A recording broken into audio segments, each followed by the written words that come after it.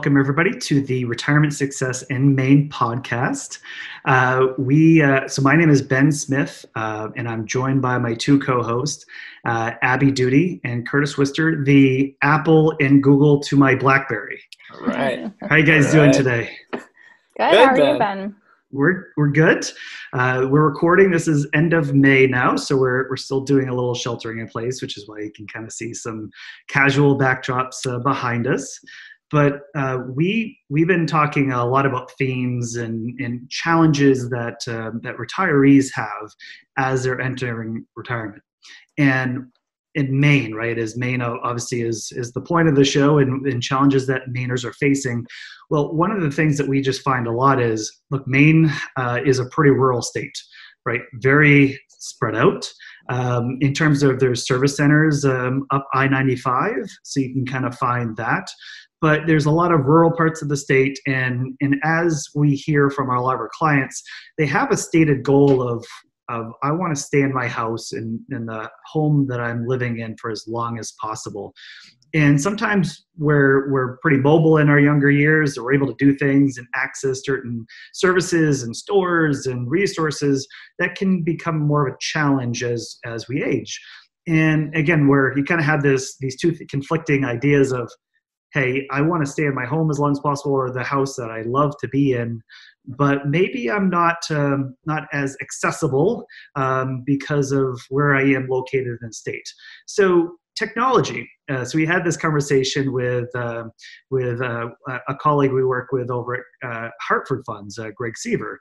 So Greg and our team we're having a really great conversation about, hey, you know what? You guys got to talk to John Diehl. John is the technology, one of the technology guys. He's a strategic markets for Hartford Funds, and we have a relationship with MIT AgeLab.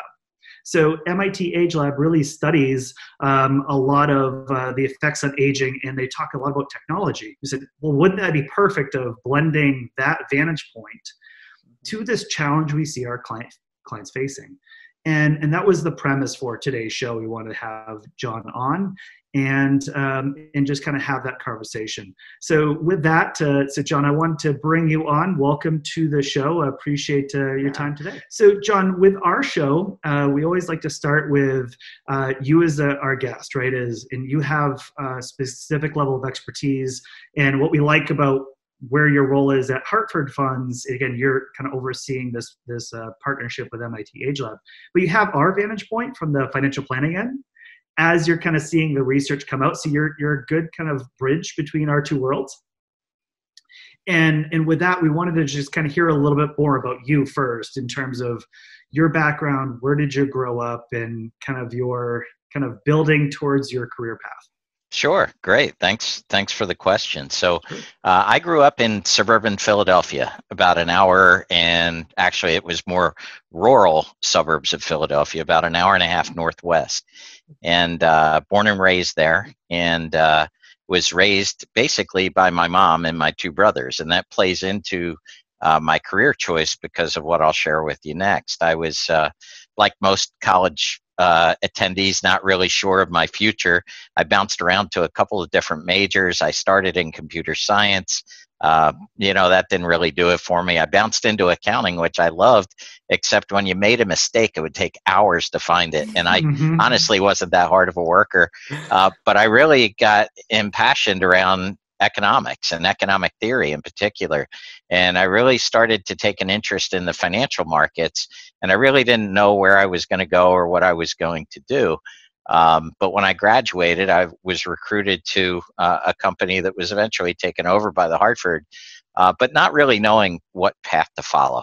And about that time, my father's mother had become ill with dementia/Alzheimer's. And as many of you know, Alzheimer's cannot be accurately diagnosed until after death. They can, kind of take a guess that that's what it is. But my father really wasn't around, and I became really the primary decision maker for my grandmother, along with my two brothers.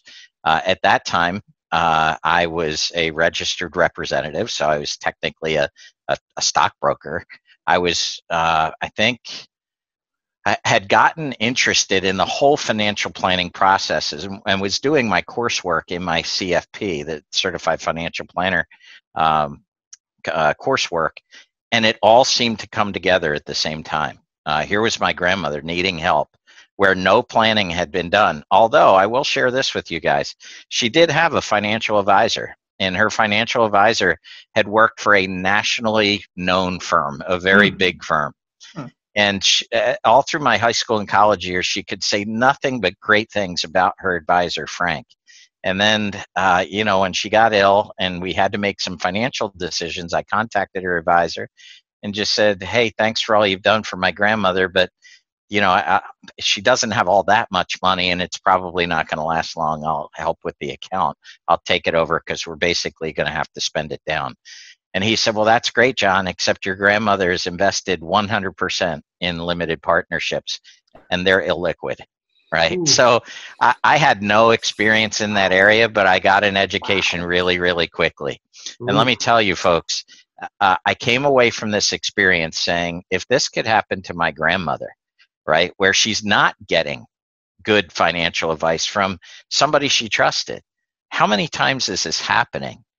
All over our country. And it kind of became my career mission. And John, just to interrupt you real quick on limited partnerships, sure. Right? For those that are listening, I don't even know what that is. Well, one of the big features of limited partnerships is they're not liquid, right? You can't, you go to withdraw the money to take care of your grandmother, and that's just not how they're set up. They're not like a stock that you can trade throughout the day. So essentially what we were told was, hey, I know the statement says she has X amount of dollars, but she can't get any of it. And now you got to understand, we were in a very short time frame trying to get my grandmother the care that she needed. And honestly, I kind of felt lost and I was irritated and I was angry. And by the way, we did settle with that company who did not serve my grandmother well. But I came away from the experience saying, if this could happen to my grandmother, how many other people is this happening to? Yeah. And as I said, I was experiencing the Certified Financial Planner program where it's not just about the investments, right? It's looking at all aspects of a person's life, be it tax, estate planning, investment planning. Investment planning, in fact, is just one segment of the coursework. And it really gave me a launching pad along with my position at Hartford Funds where I was just learning that our industry is about a lot more than just investments. In fact, investments to me is usually it's part of the solution. But the first thing is understanding the story, right? How do people think about money? What were those life events that caused them to think the way they do about how money is managed and how much risk they want to take and what it is that they're planning to do? And that, to me, is the most energizing part of our industry. It's hearing the stories, solving the problems, or at least presenting solutions that you can work through with people. Kind of, well, what works best in your situation? Why do you think that? Because unless, we as advisors are on the same page with our clients, that the chances of success of an overall financial plan, I think, falter a little bit, right? We need to all believe in and buy into the plans that we put in place. And I love that, John, because, when we talk about that, and Abby and I with our client meetings too, because you hear a lot about the industry is all about, well, let me tell you about my hammer. This hammer, it pounds a lot of nails and it, right. It never misses and it does really great. And, it's actually built lots of houses. So, and then here's my screwdriver. The screwdriver is a really great screwdriver. And you go through we talk all about our tools, right? But sometimes we fail to take a step back and say, well, what type of house are we trying to build, right? Mm-hmm. Are we trying to build this grand mansion? Is it just a one floor, 900 square feet? What are we doing? What are you trying to accomplish? And then you apply the right tool in the right situation to get there. And I know that's a very simple analogy, but I think that's where what you said is right. Is investment planning is just one thing, right? Right. We have to get to know our clients and we have to spend time with them to hear where they're going, what their goals are, what their fears are, what they're trying to accomplish. And which is the premise for this show, right? Is these are all fears that people have and we want to find ways to address them and having folks like yourself. So appreciate that backstory because that's very much synonymous with what we try to do with our clients too.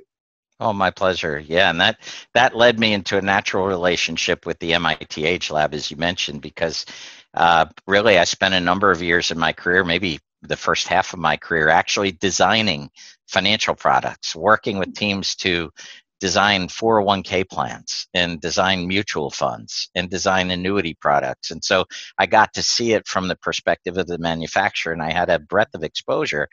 But we wanted to leverage an existing relationship that our parent company, the Hartford, the big insurer in Connecticut, had with the MIT AgeLab, where they were studying driving and what they could do to make aging drivers safer on the road, both from a technology standpoint and even in terms of having family conversations about when is the right time to give up the keys. When are mom or dad at risk or putting others at risk?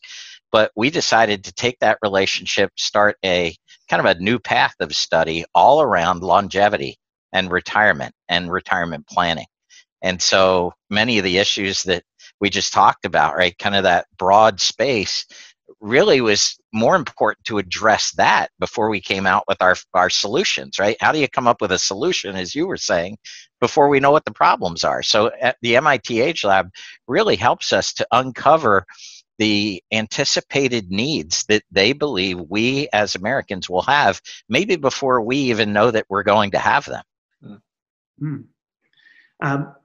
So I know we're on the topic of MIT AgeLab, but could you just kind of back up a little bit in terms of who they are, and again, for those that maybe don't know what it's about, how it started, and kind of how that kind of developed to what it is today? Can you kind of go through that? Sure, absolutely. So the MIT AgeLab is located in MIT School of Engineering in Cambridge, Massachusetts. And it's about 40 researchers, but they're not all engineers. As you know, MIT is known for engineering, but sociologists, psychologists, physiologists, obviously engineers, all studying what it means to live to age 80, 90, 100, 100 plus in terms of what technologies will we be desiring? How will our lifestyles change? And what products will we need in the future?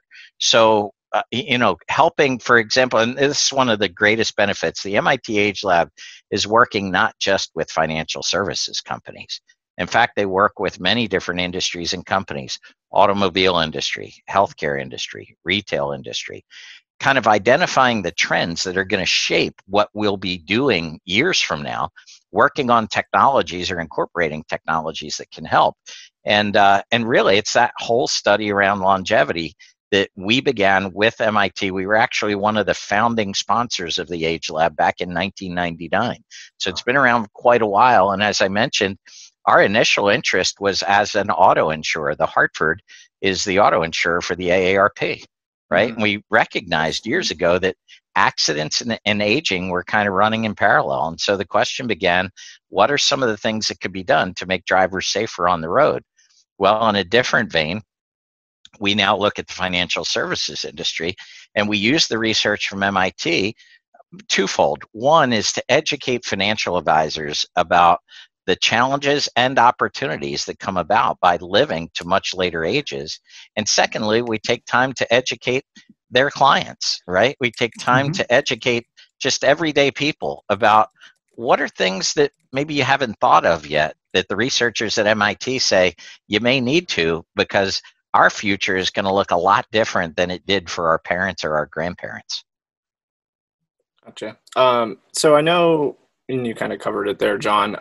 You mentioned initially your partnership, and by you I mean the Hartford, with the MIT AgeLab started sort of on the auto industry. Can you kind of fast forward to kind of that partnership today, and kind of, I know again you touched on it a little bit with the financial services, but kind of what does that partnership look like, kind of in depth today? Right. So the partnership with Hartford and the property casualty side of our business still continues to this day. Oh, okay. In 2002, we actually started an entire new vein of research, which I was asked to head back then and have been doing so ever since. So essentially, what we're studying is not necessarily, what investment portfolios or how to construct investment portfolios that best serve people, because look, everybody is different. What we're observing is what are the major life events and what are the approaches that people are taking to things such as retirement, death of a spouse or a loved one, staying in our own homes. For example, that many Americans today, and maybe we'll get a chance to touch on this later in the podcast, many people still think that my only choice is stay in my own home or move to a nursing home. It's like a binary choice. It's not. If we live now to age 90, MIT actually says we may move as many times after age 50 as we moved prior. Right. So how do we educate people about how they might, the term we use is, how do we successfully navigate longevity? Right. How do we, and look, nobody has a crystal ball. We don't know what's coming, but the more we know about the decisions we may face in the future, maybe the better we can prepare. Because I think, as you all, I'm sure, agree, really our job as advisors is to try and move the decision point away from the moment of crisis. Right? We can all say, that's never going to happen to me, that I'm never going to have to move out of this home, I'm never going to have to deal with this or deal with that. And then it happens. And now people have 3 weeks to make decisions. And that's when mistakes happen. And those decisions are oftentimes emotionally laden versus having the time to think rationally about what options I have and what would be best in my situation. So that's really where our research goes to today. So the way it works today in our relationship is that I have a team of 6 who are on my team who are constantly, when we're not in a virtual world, spread out around the United States, meeting with advisors, meeting with clients. But now we do it virtually. But that helps us shape our research agenda. What questions do people want answers to, or are they seeking, so that we can develop research around that to help people understand what's changing and how to anticipate those changes. Nice. So we really like how the MIT lab has created, having a successful retirement. That's something that we talk about a lot. That's what this podcast is all about. And you have found 3 questions that help retirees visualize retirement. Can we talk about those a little bit more in depth and tell us about ever evolving retirement? Sure. So the first question is, who will change my light bulbs? Yeah, so Abby, you bring up a great point, right? Because what I usually say to folks is, I'm going to share with you 3 questions that the researchers at the AgeLab say are predictive of your future quality of life. And I'll warn people, I'll say, before I launch these on you, they're going to underwhelm you with their simplicity coming from the rocket scientists at MIT, right? But so think about that. Who's going to change my light bulbs? And usually when we talk about these questions, I'll ask the question, and you'll see some people look at me like, what in the world is he talking about? And other people will chuckle a little bit. And after about 20 seconds, the wheels start to turn and they start to think. So who's going to change my light bulbs is the first question about a successful retirement. And it deals with the subject of your home. So 90% of Americans believe that they will age in their own homes. But how many have really spent even 15 or 20 minutes thinking about what changes, what modifications may be required in order to make that home livable, not only from a comfort standpoint, but from a safety standpoint into our later years? So, when we think about this, I could share with you the number 1 category of out-of-pocket spending for American households over age 65 are housing-related expenses, right? Now, they don't occur on an average basis, right? 1 month the roof leaks, 2 months later the hot water heaters blow up. But it takes up about 1/3 of out-of-pocket spending for American families over age 65. One of the fastest growing categories in that is home modifications. So when we think about home modifications, I could list the top 10 for you. Things like level entryways, kitchen and bath improvements, storage within easy reach, all 10 meant to prevent one thing in the home. That's falling. Interesting. Yeah. Yeah, falling. Yeah. It's because a fall can change the plan in a heartbeat, right? But as we think about, I want to stay in my home. Okay, what is it that we have to do to really make that home safe? And that eventually trees back to financial considerations, or I hesitate to say it's even a question of, will my home be able to accommodate me as I age? I'll just share with you all as an example. I still have a home in Pennsylvania. It's a home that my wife and I bought years ago. We raised our 3 children in it. It was built in 1860. It's got Wow. foot thick stone walls. It does not have a single full bathroom on the first floor. It does not have a single bedroom on the first floor. As my wife and I thought about what comes next for us, as much as we love the home, we hope the kids enjoy it someday because we're not going to be able to age there. So that began the question of, okay, if we're not going to be able to age here, what is the next step for us? And it allowed us to begin planning. John, I'll kind of share a personal story with you here too. So my grandfather passed away in December of 2018, and he was 99 years old. Wow. So he lived in his home from his 20s all the way until he was 94. So you know what the thing that actually forced him out of his home? What's that? He's 94 years old, and there's a tree limb that has dangled and it's arching on his car. So he decides on his own he's going to take out that 6-foot stepladder, which isn't tall enough. At 94, he's going to reach out and he's going to start pulling on that limb, and he's going to pull that off the tree because he's worried about that limb falling on his car. Mm-hmm. And you know what happens next? Oh, yeah. Broken hip. So fall, broken hip, and that was the last time he was going to be in his house independently living. And we ask the question, who's going to change your light bulbs, because it makes people chuckle and it's memorable in its simplicity. But I'll often challenge, I'm sure many of your listeners, that when that light bulb goes out, they're not going to the garage to even grab a stepladder. They're grabbing the nearest chair. Right? They're climbing onto that chair. They're doing the one leg stretch up with the arm. You can't do it. It's not worth it. And so, especially as you mentioned, for many listeners in rural locations, beginning to think about who are the service providers that I'm going to be able to rely on. And by the way, many of the electricians, plumbers, and roofers that we've relied on for the past 20, 30 years, they've begun to age out of their professions. Right. So how do we develop relationships, or who will those providers be? And if we have children, oftentimes our children are now in different parts of the country. So it's not like they know who to call either. So if we're going to stay in our homes, we have to begin to lay this groundwork, first of all, of assessing, is the home going to be capable of accommodating me safely?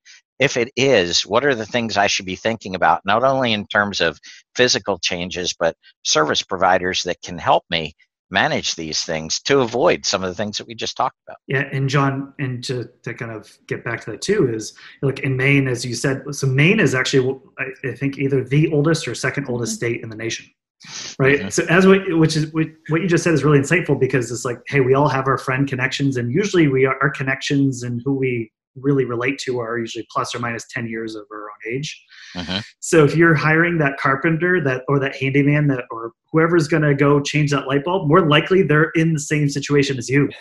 Absolutely. Right? So and you have kind of a brain drain that's happened from our state, where you have northern Maine people that go to Portland, and then Portland people that go to Boston, right? So there's less young people around to do these sort of things. So I think that's some of the challenge here too, is, what you just said, is finding those service providers that, are capable, and they're not in the same situation as you, that, that friend that you had always used to take care of that, that shingle that's popped off or whatever's happening, that probably person is going to be in the same situation as you are. Yeah. And, the other, just to kind of close out this topic of who's going to change my light bulbs, a lot of people will still have in their minds this concept of a nursing home, like the nursing homes that existed 60, 70, 80 years ago. That the continuing care retirement communities are actually kind of interesting in terms of how they're growing and the services that they offer. And I think the last stat that I saw said that the average age of entry into a CCRC, into independent living, not even assisted living, was somewhere around 83 years old, right? We think that we're going to stay in our own homes for forever. But what happens is we find ourselves by ourselves. We have a harder time keeping up the home. Maybe we're dealing with medical issues of our own. And that's why, as I mentioned earlier, MIT now says you may move as many times after age 50 as you did prior. You may decide to upsize or downsize. You may decide to live in a different part of the country, aka Maine, right, where you always wanted to live but never had a chance to when you were younger. You may decide to move closer to children, or let's be honest, grandchildren. You may want to move away from children and grandchildren, right? You may need to live with children and grandchildren. You may need the care of a care community. So we can no longer think of housing as a binary choice, either my home or some kind of care community. Actually, we should think of it as a continuum. And we should always be thinking about, if I'm not able to sustain myself here, what would the next step for me be? I like that. And John, and I know what, again, my conversations with Greg has been is, that's a lot of what your team has been able to do is give us as advisors a framework for those conversations, right? Because the more we're kind of just doing, here's your review, here's how your investments are doing, and that's the routine, and we're not talking about real issues, we're not looking down the road. So I like what you're saying there is, hey, here's a construct to have this conversation about, again, where you're going to live and who's going to change your light bulb is a really good one. So I love that. Can you go to the second one for us in terms of the question there? Sure. So it's, how will I get an ice cream cone, right? And, there, when we think about how will I get an ice cream cone, the question I want you to think about are, what are the small things in your life that bring joy, right? Who are the people? What are the activities that you do on a daily basis or look forward to doing on a weekly basis or a regular basis? Now, the folks at MIT tell us, if you could tell me these 4 things about yourself, I could probably begin to sketch out kind of what your future would look like. In terms of, they'll ask, tell me where were you educated? And that's both college, university, and vocational training or armed services experience. Why is that important? Because it may clue me in with the kind of people you'll want to associate with as you age. Where do you recreate? What are the things that you like to do for fun? Where do you congregate? What communities or organizations are you a part of that are meaningful to you? And the last one is, where do you donate? And when I say donate, I don't just mean in terms of money, right? Where do you give of your time and your talent? Those, we call them the 4 8s, right? Educate, recreate, congregate, and donate. If you know those 4 things about yourself, those are major motivators. So this question, how will I get an ice cream cone, is all about access. How will you continue to access those things that are most important to you as you age? Now, we didn't ask, how will you get to your doctor's appointment? Somebody will figure that out. Right. We say, hey, it's a beautiful night in May. You want to go down the road a few miles to enjoy an ice cream cone. What would happen if you lost the ability to drive? Because the fact of the matter is, one of the aspects of living longer is that we greatly increase the odds that at some point along life's journey, we'll lose the ability to drive. And we know that among those who've lost the ability to drive, they're twice as likely to be depressed and about 5 times as likely to need the care of a long-term care community. And a lot of it goes, and it's not just about, going wherever I want, whenever I want. It is, that's part of it. But access is freedom, and freedom is quality of life. Not having to rely on others to give us access. In fact, all of us are kind of experiencing that right now, right? In the midst of this pandemic, right? How do we access the people, the organizations that are important to us? And isolation and depression is one of the things that we really worry about, not only in the midst of this pandemic, but really when we look at an aging society. It's one of the downsides of this longevity dividend that we have, is that if we don't constantly think about accessing those things that are most important to us, especially in rural communities like Maine, we run the risk of isolation from the things that make life worth living, and that's not a good place to be. Yeah, and I'll share with you too, John, and from our client base, and they just, a lot of times they can travel from all over, and you hear that, hey, here's some, it's not abnormal, and Abby has a place up on Island Falls, right? It's not abnormal to go, hey, I'm in Island Falls, and to get a certain service, I'm going to drive to Bangor, and that is a hour and 45-minute drive one way, right? Yeah. And it's like, I got to go to Home Depot. Well, because I got to do, Abby's doing her, renovations on her home. She's doing an hour and 45 down and an hour 45 back, right? So to the point about the ice cream cone, right, is, hey, if I want to go enjoy that ice cream cone and I have to go drive an hour to do it in retirement as I'm aging, probably less likely over time that I'm able to independently do that to enjoy that sort of life. And, you know, from a financial perspective, I mentioned earlier that housing related costs are the number one out of pocket average monthly expense for families over age 65. Guess what number two is? It's not healthcare. It's transportation. The cost of fueling, insuring, maintaining, and if I amortized it, replacing your vehicle or your fleet of vehicles, let alone the cost of airfare to visit family, friends, whatever, it makes up today about 16% on average of out-of-pocket spending. Number two to housing. Healthcare is actually number three in terms of out-of-pocket costs. Nice. And I know there's a third question I wanted you to kind of cover too, in terms of another item of life to cover. Sure. So the third question is, who are you going to have lunch with? And I'll be honest with you, I think it's the most important of the three questions.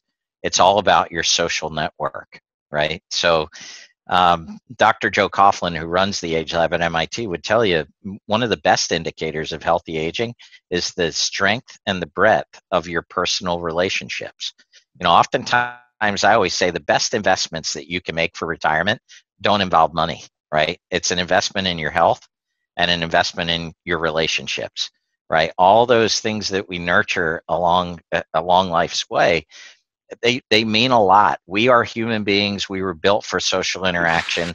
Again, all of us are getting to experience the pain of not being able to see and commune with those who are special to us, our friends and our family members right now. Well, for many in the United States who are aging, this is the life that they will live if they don't think intentionally about building and maintaining those social networks. And this is especially an issue, folks, for the men in the United States today. You see, because when a man retires from their primary place of employment, oftentimes their social network retires with them. What we see is that women away from the primary place of employment often are better at regenerating social networks around families and hobbies and things like that. But, you know, for a man, the second question they're most likely to get from someone they've never met before after they're asked their name is, what do you do? What do you do? Yeah. Where do you work? Where did you work? Well, I used to. Not for 5 to 7 years anymore. 15, 20, 25 years.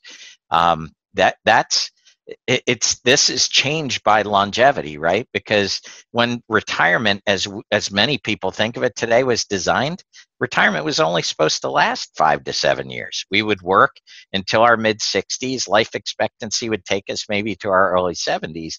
But now with longevity pushing things out, one of the big things we're facing, and you may laugh at this concept, but it's boredom.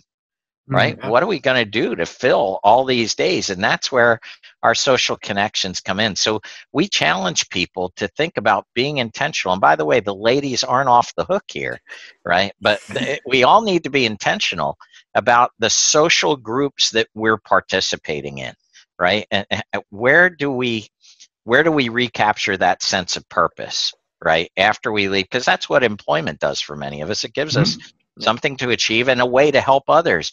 For many of us today in America, our work, look, many of us aren't working. Some of us still work in the manual industries that take a toll on our bodies, but many are working in industries where there's no reason they can't continue to participate to later ages. And they actually like what they do. And it's their way of helping and contributing, so on and so forth. So that third question, who am I going to have lunch with, is thinking about 5 to 10 years from now. And who will you be having lunch with? Will it be the same 3 people that you've had lunch with every day this week? Or are you vested in a number of different places where your friendship circle is not only deep and broad, but you're refreshing it on a regular basis? And I think that's a key point, John, because, you know, a lot of times what you find is we can sometimes get very focused on, like, here's my friend and I have this one friend. And sometimes life challenges you, but also them as well.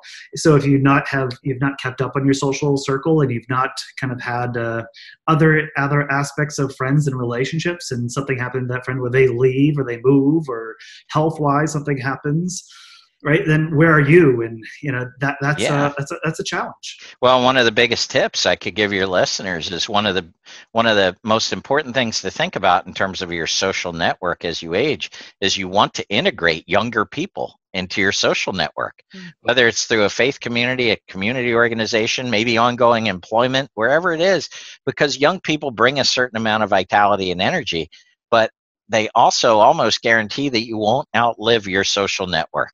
Right? Now, you could say, well, outliving my social network beats the alternative, right? Which is not outliving.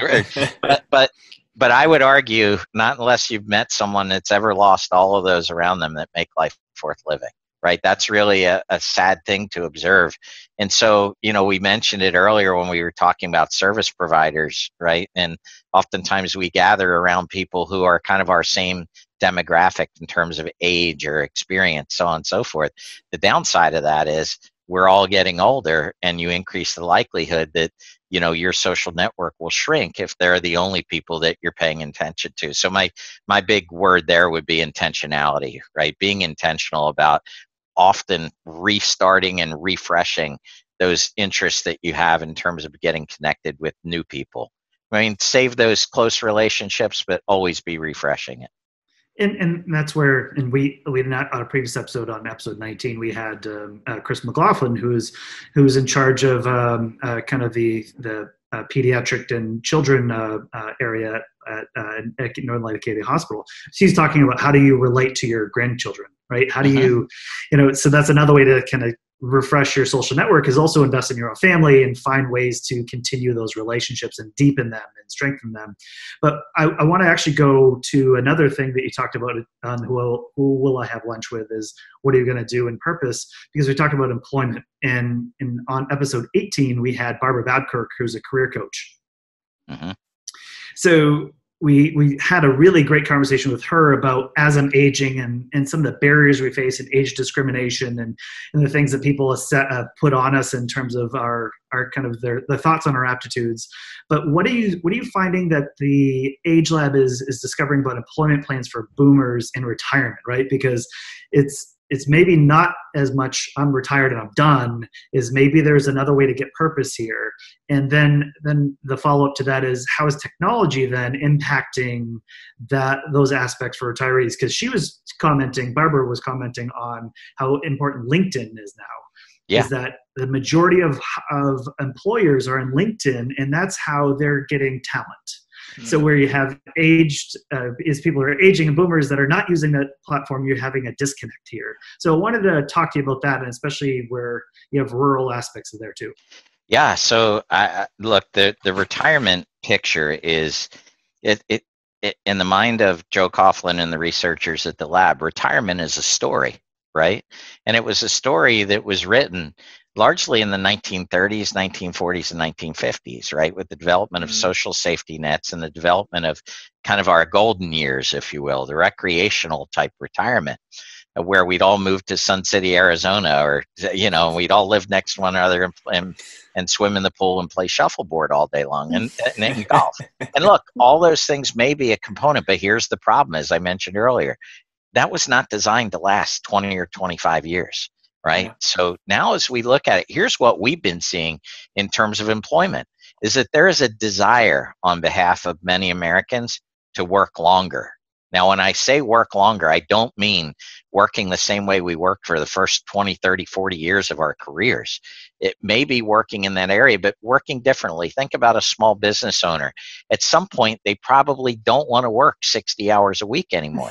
Maybe they want to work 20 and just work on the things that they really enjoy the most, which, by the way, oftentimes may be of most value to the business. Maybe it's maintaining certain expertise or relationships, so on and so forth. And as I mentioned earlier, a lot of people get enjoyment and fulfillment from the work that they do. So one of the things that we see changing, in fact, we've done quite a deep dive on this, is that, the two fastest growing segments of our population in terms of the labor force are Americans age 65 to 74 growing at 4.5% a year, and Americans age 75 plus growing at 6.5% a year. By far, they outshoot every other age group, right? And again, some of the changes that are coming. What MIT would say about this current crisis that we're involved in, the COVID-19 crisis, is that it's not really changing things, but it's drastically accelerating them, right? So the use of technology, you mentioned LinkedIn, for example, but think about it. For many people, they may now be able to do substantial amounts of their profession from anywhere in the United States that they want to, through through a Zoom platform or Skype or WebEx. I'll tell you, we've had WebEx available to us as presenters, my team and I, for the last, I don't know, 5 years. I couldn't even tell you when it came on the scene. We had such limited exposure to it. And then in mid-March, it's all we're doing, right? And now what people are saying is, hey, there's some really good aspects. Look, I don't want to, I hope sometime to come to Maine and hang out with all of you guys. But in the meantime, there's some real positive aspects to be able to communicate with others the way we're doing it right now. So people are starting to say, hey, wait a minute, on this retirement thing, maybe if I wanted to cut back in terms of travel or hours in the office, maybe 3 days a week, I could telecommute. I could, I could participate that way. We're in the early stages of some research about how the COVID-19 crisis is going to change societal views on some things. And we think that it's going to shift retirement in terms of enabling people to say, yeah, I may want to continue with this for quite some time, but I'm going to do it differently. The other thing that we see is that even if they don't remain in their own profession, when we ask people, what do you envision yourself doing after your primary career? We don't want to use the R word to influence what they would say, right? But one of the top answers that always comes back is work. But as I said, not always the same work maybe it's working for a cause I believe in, aka volunteering, using the skills and relationship communication skills that I built up over a career, using them to benefit really a purpose that I wholeheartedly believe in. That brings satisfaction as we age, right? It's being able to allocate the resources that I can bring to make a difference to something that means a lot to me. So yeah, you mentioned it. The other thing that's changing is if we want to stay in our professions or we want to stay attached, we're going to have to stay educated. The other thing the AgeLab tells us is that technology is changing education like you wouldn't believe. In fact, MIT itself participates on a platform called edX, where you can now monitor courses that are being taught at Harvard and MIT. You can even earn or begin to earn your graduate level study in supply chain management, all online through edX in a program at MIT called the MicroMasters program. I mean, that's how, and look, it makes it available more widely and at a lower price point, right? And so this is how things are starting to shake up, but it's not just ongoing education. Let me ask you guys a question. When was the last time you bought a product that did not come with an owner's manual? Right? If you didn't, you're usually directed where? To their website, right? Yep. Or you're told to watch YouTube, where you see a 13-year-old playing with that product in their parents' basement, giving you 5 ways to use that thing you never would have dreamed of. Well, here's the point, folks, is that if we're not aware of the technologies that are now housing information and knowledge, if we don't know what podcasts are, if we don't know how to search for this information, how to maybe enroll in an online class in something that interests me, whatever that interest may be. And the other side effect of that is if I enroll in a class or some kind of learning or get involved in a discussion, I get to meet people who have the same interests that I do. And so I can expand my social network that way. So that your first point is very valid. It's changing retirement. We see a desire to work longer. Actually, we believe that what employers are going to see is that we're in kind of a midst of a brain drain today in the United States. As the boomers are exiting the workforce, the knowledge and the experience that they are taking with them is not easily replaced immediately by the Gen Xers and the millennials. And so maybe allowing older workers who want to stay on in a mentor capacity to kind of teach things, the little things you wouldn't pick up through anything other than experience. We think there's going to be additional opportunities, and technology may connect us to those. So I know Ben mentioned it a few minutes ago. So we recently had Chris McLaughlin on the podcast, and that podcast was all about family and relationships and retirement.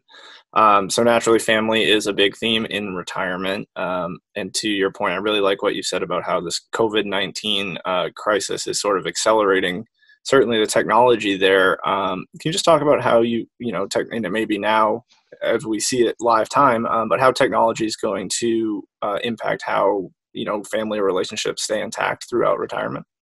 So we know that across the United States, generationally, we are having smaller families. They oftentimes are dispersed from a distance standpoint quite a ways.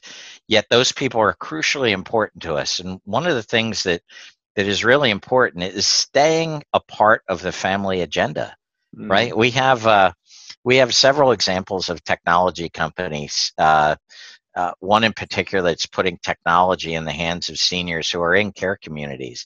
And one of the things that their users say is, just to know that somebody cares that you got up in the morning, right? To hear what you're planning today, the casual conversations that we get cut off from sometimes are really important. And so, the FaceTimes or FaceTime, Facebook, I mean, I always use my mother as an example. My mom lives in suburban Philadelphia still. My daughter graduated from the University of Tennessee in Knoxville last year. My mom had never visited Knoxville, Tennessee. But through the magic of Skype and FaceTime, she met my daughter's roommates, her boyfriend, toured the campus, even told her what curtains to put up at the dorm room, right? It's not awesome. It's not the big, deep conversations. It's the everyday, how do we stay a part of the agenda of the people who care for us? And in terms of this current crisis, I think it is accelerating things. I always meet people who, if I were to give a presentation to 30 or 40 people at a pop, I could tell you there's at least 2 people in the room that say, smartphones may be fine for you, but I still carry my flip phone. Thank you very much. Almost like a badge of honor. Yeah. Right? Well, I think, perhaps what we're going through now exposes some of the weaknesses. And what I always say is, if you're not at least aware, you don't have to become a power user of technology. But if you're not aware of what technology the people who you care about are using to communicate, to transport, and transact, you run the risk of increasing the chances of isolation as you age. Yeah. And so, whatever those technologies may be, and, I'm a great test study because I'm not really that great with tech. I know what they do, but I ask my kids all the time, look, nobody under 40 understands Snapchat. I don't care if you are. So just understand, what is it? How do you use it? I can still look at it and say, I'm not ready for that yet. But the technologies that we are using to communicate, it's important. And it's keeping families connected. Yeah, and we've heard that too, because it's all about, if you're looking to connect to the younger generation, and sometimes the younger generation is maybe they're just too young to even know to invest back, or maybe it's, hey, it's this next generation. They're very busy in their career or studies, and again, they don't have time too. But maybe if you're in retirement and you do have time here that you can invest in these technologies to learn them, maybe it is, hey, I can find an hour or 2 hours or 3 hours to practice Snapchat, right? And that's a way that I can connect with my grandchild that only she and I have. Right. And it's 30 seconds, right, that we share. But as you said, it's all about sharing your day a little bit, and not, I have to go travel to them and spend a week in their face while they're feeling smothered by grandmother and grandfather here. Right? Well, yeah. Maybe you've heard someone say, this generation, they just don't communicate, right? We actually would argue they're probably the most communicative of any generation. They just do it differently.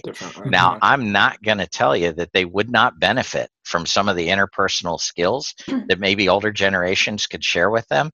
But again, until we understand their communication modes, imparting some of what we know may not be possible. Bridging that gap will be difficult.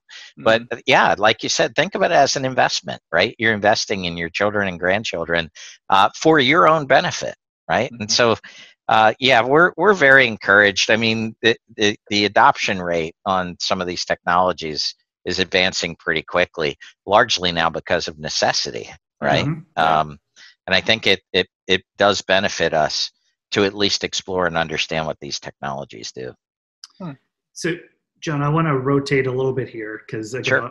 I want to keep going on technology and keep hitting this theme, because mobility is one you talked about, is in terms of kind of having that question about how will I get an ice cream cone, right? Mm-hmm. So mobility is probably, it feels like in Maine anyway, and I don't know if I can kind of quantitative rank them, but it feels like mobility is one of the most crucial themes in Maine. Right? Because we just have so many miles between neighbors and all the things we explained. So can you talk about how technology is going to impact our mobility as we age, right? Sure. And then how is it going to allow us to have more independence for longer? Because I think that's something we all kind of concern about is, hey, well, I just get less and less in keeping up with things. But what I don't realize is maybe is you kind of made the point earlier is that now I'm sacrificing independence because I'm not staying relevant on technology. Right. So yeah, when it comes to mobility, a lot of people are like, well, I don't have to worry about driving. I'll just wait for my Google car to take me wherever I need to go. Right. I will share with you that the some of the top researchers at the MIT AgeLab who actually are working on autonomous driving and that kind of thing, some of them believe that it's going to be a very long time until we see that technology coming to a road near you for a whole gamut of reasons. But I even think about interim technologies like Uber and Lyft. I imagine that Uber and Lyft, although probably available in parts of Maine, probably are unavailable in other parts. Mm-hmm. But here's what I'll tell you today. The last statistic I saw that said if I were to ask you all what percentage of Americans over age 65 have ever taken a ride in an Uber or a Lyft rideshare vehicle, what would you say? 20%, what would you guess? probably? 20%? 10. Lower, yeah. Probably so 10. I'll tell you, that's very good guesses. So I'll tell you how rapidly it's changing. In 2016, the number was apparently 4%. Only 4% of Americans. In 2019, the last number I saw said 13%. That means 87% of Americans over age 65 have never taken a ride in an Uber or a Lyft ride-sharing service. And look, again, I always like to use my personal examples, but let's take my mom again. My mom got her first iPhone a couple of years ago. I say, Mom, I've got a great idea. Download this Uber app, right? And the first thing you're going to do is load in all of your personal credit card information. But wait, it gets better. That's going to allow you to get into a car with a guy you don't know to drive you to a place where you don't know where you're going. No way. But this is the important part about technology. And maybe some of your listeners are more advanced in using technology and have technologies that maybe they do like to use Uber. It's one thing to tell someone about Uber. It's another thing to get in an Uber car with someone. Show them how you did it. How much does it cost? Talk to the driver, right? Have the driver tell how they rate you in the car as well. When we think about how this works for people, how that when they learn through that experience, they may decide or may not decide this is something I want to take up. And my gosh, if they understand what a technology like this may be able to do for them in terms of liberating them, all of a sudden it can become a regular part. Maybe they're not going to take it by themselves, but maybe if they can get a group of people that say, yeah, let's go together, let's, so on and so forth. So we see transportation and mobility changing quite rapidly. And I will tell you, the other thing that I think people have to think about is beyond the transportation question, it's accessibility, right? Especially as we age. So I know that there are times in all of our lives, usually between the ages of 40 and 55, where we say, I can't wait, because you know what I'm going to do when I retire? I am going to move to the middle of Maine. And I'm going to build a log cabin, and we're going to have candlelight, and I'm going to build a wood fire, and we're going to be good. It sounds good, but it doesn't always work that way, especially as we age. When I say accessibility, how close are the nearest medical services to your home, right? Doctors and specialists that you may need to access. How about grocery stores, or the ability to have things delivered to the home, right? That may become necessities when it gets harder for us to get out. Because this is where technologies, again, the current crisis, it's not just about how we get to places, it's about how things get to us, right? The Grubhubs and the DoorDashes and the Amazons and the you name it, that can make things available to us at a fingertip that may not even be available in our local locale. Understanding what these services are and what they do, but also understanding how available are they in the communities where you intend to age is really, really important. And beyond all that, I will also tell you the availability of not just necessities, but the things that we do for fun. Dr. Coughlin at MIT has shared with me that the fastest growing populations of Americans age 65 plus are really springing up around college and university environments. Right? They have lots of young people, which keeps things interesting. But look what else they have. They have education. They have culture. But what else do they offer? Oh, healthcare, right? Oftentimes teaching hospitals or cutting edge therapies. And they offer, if not better developed systems of transportation, public transportation, they often offer walkable access to many of the things we desire, restaurants and pubs and movie theaters. And, so again, I'm going to go back to saying at some point we'll get this COVID thing figured out, and people are going to want to go back and do those things socially that are fun. And one of the things we do have to think about as we age is, how will I access those things if they're not available to me by driving? Yeah, and I think that's a really key point, John, because again, the colleges is like it feels like a lot of colleges and universities in the state of Maine relative to population. And so that seems like a really neat theme kind of going forward. And what you said as well is what services are available to me, because, in Northern Maine, we struggle with this a lot of like, hey, I want to sign up for HelloFresh. Well, because the nearest distribution areas, I think like New Hampshire or Boston, well, the packaging and how they kind of dry freeze things and dry refrigerate things and ship them to you, it would be too far for it to get to you. So they can't do certain grocery delivery parts. So it's like these things are coming, right? And there's some services as they scale up and scale down that they're accessible, but it is changing a lot. And the more you're kind of going, yeah, I tried it, I didn't like it, but I can see in the future how I might want to rely on that more, or if there's more distribution centers, I can use that more. Well, at least understand kind of what the environment is wherever it is you're intending to live, right? So if I say to myself in Pennsylvania, I can't wait till I retire because I'm going to move to Maine, but I have no idea that these services aren't available to me, that may put a crimp in what I was thinking, versus if I've spent a lot of time up there, I've lived up there for a period of time, maybe I've long-term rented or whatever, I can understand whether that's something that I can deal with or not. I mean, it's really part of the planning process. Absolutely. And you touched on it a little bit, but talking about how people want to stay in their home as long as possible, right? And so how can technology help people achieve that? Certainly we've talked about some technology that's maybe coming forth, but what's available now to help people age in their homes as long as possible?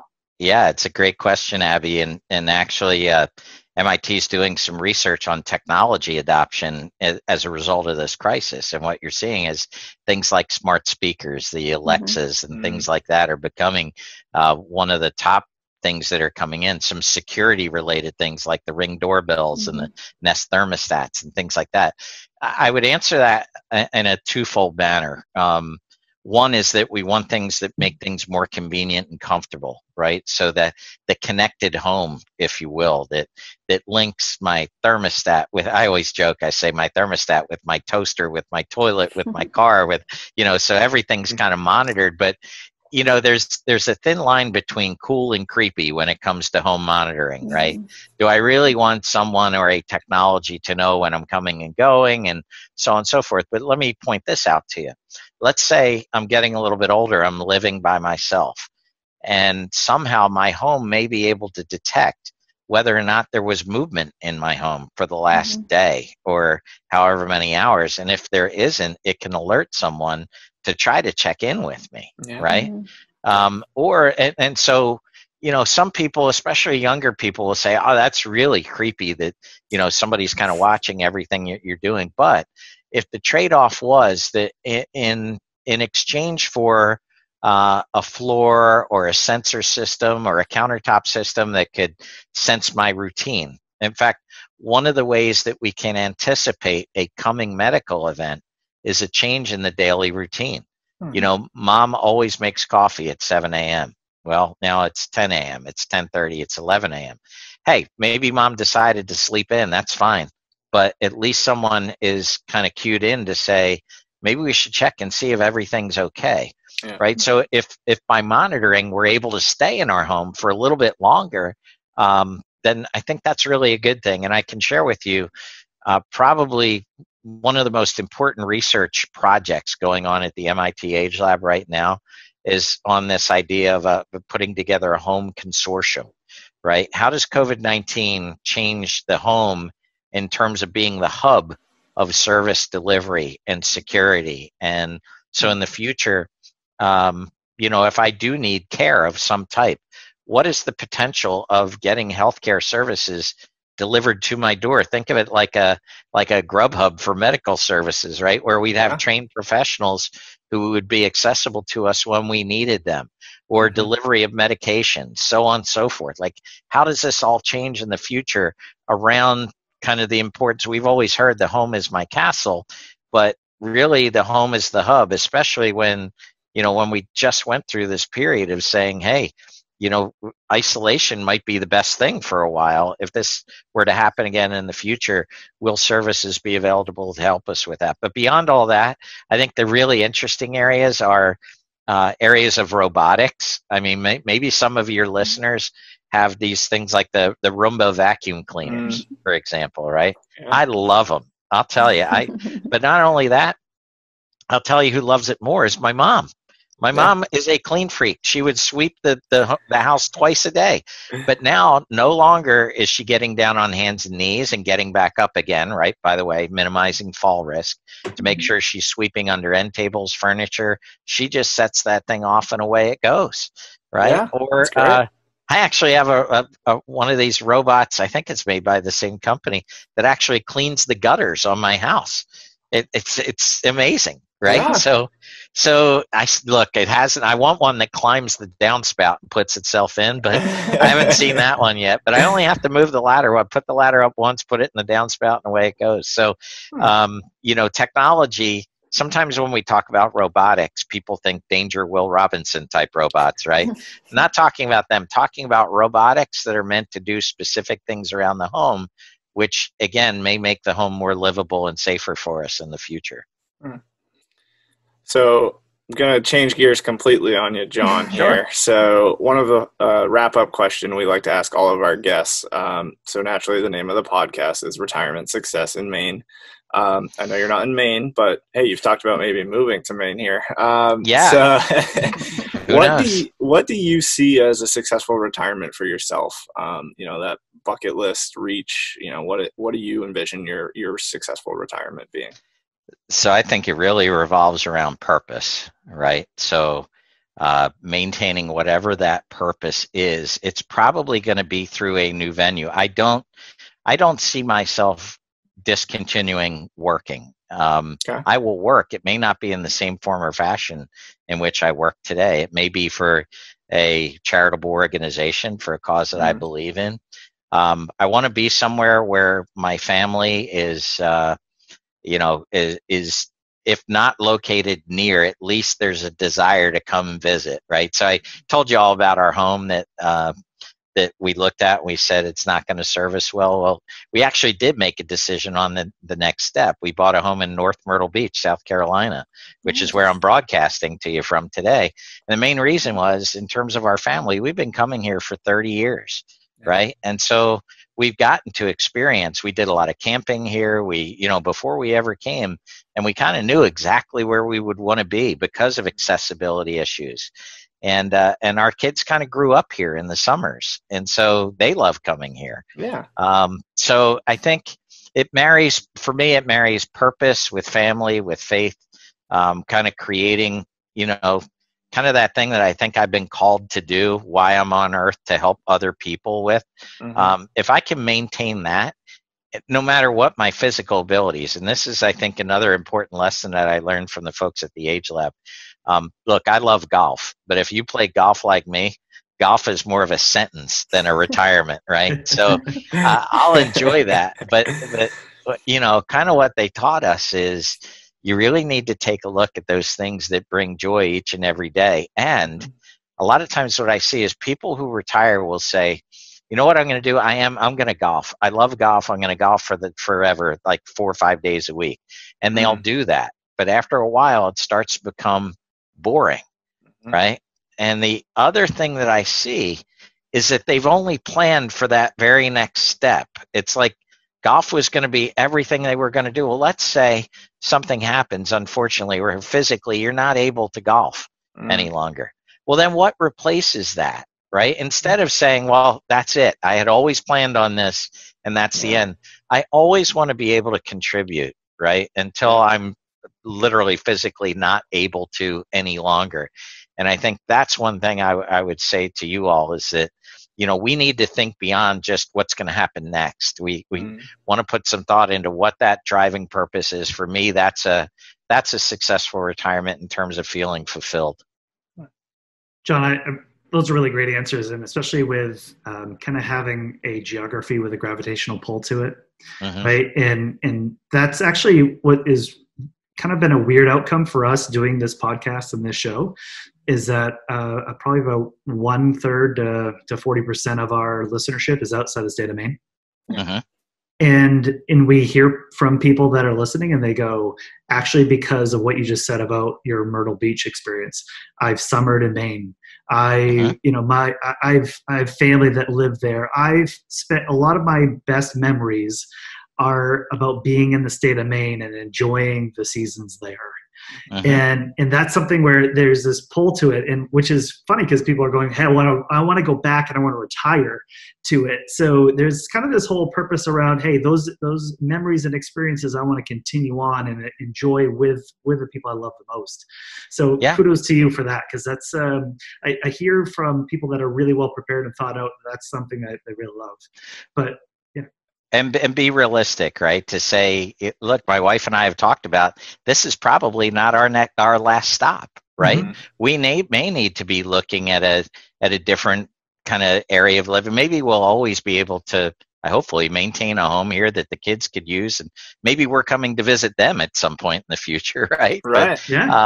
But there may be a time when we need to relocate again to a different kind of living, or we need access to a different kind of healthcare system or something like that. So we have to remain open, right? And I'll sum it up this way, guys, and I'm sure you've seen this before. And this kind of drives what I think about when we interact with financial advisors and clients, is that if we weren't talking about any of this today, if all of us had a jigsaw puzzle in front of us and our job was to put the jigsaw puzzle together, what would the most important first step be? You know what most people tell me? They'll say corners, straight edges. Sometimes they're like, that's a trick question. You got to flip the pieces over, right? All those are important first steps, but not the most important first step, which is look at the picture. Yeah, you got to look at the picture on the box, right? And so until we look at the picture on the box, many people have done a pretty good job collecting pieces along life's way, right? We have the 401k plan that's still with the employer we haven't worked with in 20 years, and we have the IRAs down the bank where our ex-brother-in-law was going to be an advisor sometime. We got all these pieces all over the place, but we never take the time to think about what the picture on our box looks like. And then we don't take the time to sit with someone and talk about what's the most efficient way for all these pieces to fit together. Maybe we don't have the right pieces, right? Or maybe we do. They just need to fit together a different way. And that's really what I encourage people to do, because, or to think about it, because the interesting thing with a jigsaw puzzle is that the picture is static, right? But in life, we know the picture changes all the time. So even with people who have reviewed their financial plan or take a look at that picture, it's kind of like, how they tell you to look at your will and estate plan every so many years to make sure everything's still, on the up and up. I would say the same thing about the picture on your box. You need to revisit it from time to time, because there are things that have happened that we just forget to talk to our advisors about that are meaningful and make a big difference. So I think what you're all doing is great. And it was really a pleasure to participate in the conversation today. Well, and perfectly stated, because I love anytime you can kind of create analogies like that and visualizations, because again, I think that's really what this show is about, is visualizing retirement, helping people kind of look at something and saying, all right, that's how you do it. Oh, okay. Or here's something I can take away that I can apply back. So again, for us, it's a real pleasure to have you on today, John, to kind of have technology be the theme, but I think we covered so much more in terms of the retirement side and what challenges people are facing. So thank you so much for coming on. We really appreciate it. My pleasure. Thanks, Ben, Curtis, and Abby. I really appreciated the time. So today, I thought John did a really great job on our show. For those that don't know, I know we gave a little bit of an intro to John Diehl in his role with strategic markets for Hartford funds, but he really oversees that relationship between the research that MIT AgeLab is producing to kind of this how financial products and innovation is happening at Hartford funds. So kind of some really neat outtakes. And one of the things that maybe for our listeners that don't know, he's pretty widely quoted on the Wall Street Journal, financial planning on Wall Street, but also on TV. So you might have seen him on CNBC or Bloomberg Television. So really great to bring a national perspective of somebody that's hearing the research and hearing how people are struggling to technology today. So that was one thing I was really appreciative that to get somebody like John on and have him spend his time sharing these outtakes, these viewpoints, these bits of knowledge with us is it's just meaningful to our practice, but also to our clients and our listeners out there too. So one thing we always like to do is in our wrap up was to get some lessons here. I'll have Abby bat lead off here in terms of Abby, what did you take away from our talk with John today? So when he was talking about mobility and how people over 65 or in retirement have to sometimes look at mobility differently and use technology in ways to help them be possibly more mobile when they don't have a driver's license maybe. He brought up Uber and Lyft. And just on a personal note, when my grandfather couldn't drive because of a broken hip, my husband and I took him on an Uber ride to show him how to use it. So we helped him download the app to help get him to doctor's appointments if some of us couldn't make it. And so he did actually take Uber a few times to and from the doctor's appointments by himself. And he has always had an iPhone. He always FaceTimes with us. So I would say him being at the forefront of this technology has helped us stay in touch with him even more. And it's helped him maintain some level of independence throughout the whole thing. So I like that he brought that up because I know personally it's been really helpful for our family. So. But it's really tough though, is to kind of raise your hand and say, hey, I'm vulnerable. Yeah. I don't know technology, right? I need help. So Abby and Casey, would you mind taking, a 30-minute ride with me to my doctor's or even just down the street with Uber, showing me how to do this so I don't mess it up because I'm scared of doing this wrong. And as John said, you're entering a strange car with a strange person. Like, didn't they tell you not to do that growing up? Like, that's how you get killed. So Exactly. It feels very counterculture to everything you're kind of taught as you're growing up. Yeah, absolutely. But it ended up being really good for him because when he wasn't able to drive, he was able to, go where he wanted to go when he wanted to without necessarily relying so heavily on just getting rides from us when our schedule allowed. So, and he felt safe. Yeah, exactly. So right. He felt very safe. I mean, we are in Portland, Maine, but still, he felt very safe. He made sure that the license plate on the app matched the license plate of the car that he was getting into. And it all worked out well. But it was nice. It was nice that he brought it up because it is helpful. So Curtis, from your side, what was something that you took away from our conversation with John that you took personally to be meaningful? Yeah, I thought it was really great and interesting. Kind of the follow up this episode or this conversation is to a previous episode with Chris McLaughlin, and I know we've talked about Chris's episode a lot here, so go listen. So the word of the week I feel like has been intentionality. And John brought it up when he was talking about kind of staying social in your relationships, both with family and socially, kind of to overarching theme to avoid isolation. And it's, make sure who you're going to hang out with, and that, as you age and get older, he talked about the carpenter that you've known for 30 years or the person you have coffee with every day. It's, as you age and they age with you, it's easy for things to drop off, whether it's you or your friends or whatever, as you become immobile or anything. So just kind of investing in those relationships and those activities to make sure that you are able to do them and interact as long as possible. I thought that was a really important piece. and again, I like that a lot too, right? Is like having kind of this design behind, well, who am I spending time with? And I really want to spend time with you as this part of my relationship, or grandchild, or family member, or friend, or neighbor. But I need to think about how I can continue to have that relationship. So again, the intentionality is a big piece.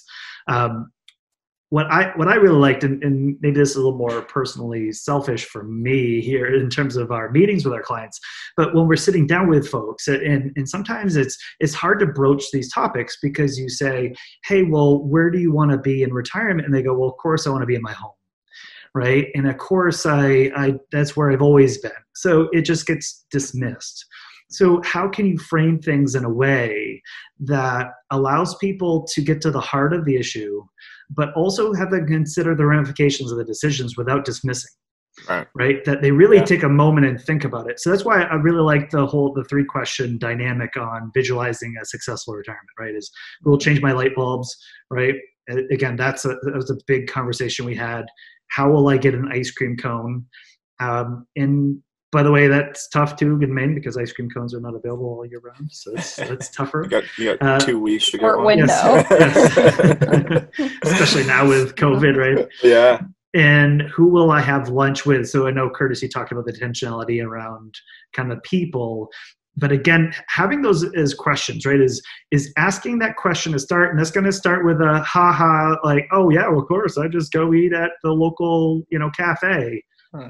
Okay, but what does it look like at 85? Right. What does it look like at 92 when you can't drive anymore? And how far do you go to that cafe? Is it 40 minutes to go to your favorite spot for that coffee and tea with your friends? Yeah. Whatever. So I think those are really important questions, and they're framed in a way. And again, I also throw in there too in terms of the puzzle. Is I think that the puzzle visualization he had there was really great too, of putting them together and also going, hey, sometimes I got to take apart the puzzle and put it back together because my life has changed there too. Yeah. And again, I think that was a really great thing to kind of look at. So, want to thank you all for tuning in today. We are at episode number 20. So and one thing that John wanted to stress to us too is, hey, that MIT AgeLab Hartford Funds collaboration, lots of great materials and workbooks. So you don't have to be a client of ours. We use some of this with our clients, but you could be anybody. We will put the links to all of those resources on our blog.